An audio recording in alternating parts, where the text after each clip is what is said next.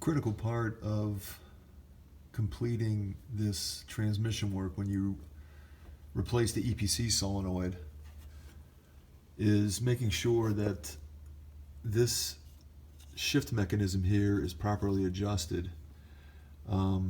There are some alignment marks to make sure that the neutral switch that involves this electrical connection here is properly aligned. Because I had to take all this off, these two screws, which also provide attachment and adjustment, need to be loosened and made sure that this is properly aligned. I'll show you a photo. It's hard to get a video in this tight location, but I'll show a photo where I had taken this off and made sure that the alignment was correct.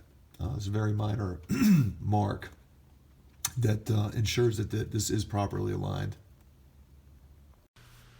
In this photo, the shift linkage is removed. It gives you better access to the adjustment screws, but most importantly, it allows you to see the alignment mark. This next photo shows the alignment mark perfectly aligned. That's when you tighten the two set screws and your transmission is aligned in neutral.